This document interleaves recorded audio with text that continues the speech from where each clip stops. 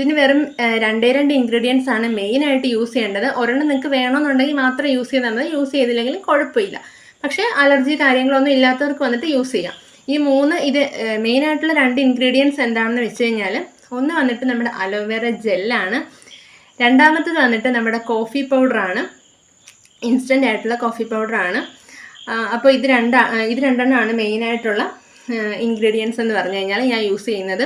അപ്പോൾ ഞാൻ യൂസ് ചെയ്തിട്ട് എനിക്ക് റിസൾട്ട് കിട്ടിയത് കൊണ്ട് മാത്രമാണ് ഞാൻ ഈ വീഡിയോ ചെയ്ത് നിങ്ങളിലേക്ക് എത്തിക്കുന്നത്. ഞാനൊരു 2-2.5 മാസമായിട്ട് ഞാൻ കണ്ടിന്യൂസ് ഞാനിപ്പോൾ യൂസ് ചെയ്യുന്നുണ്ട്.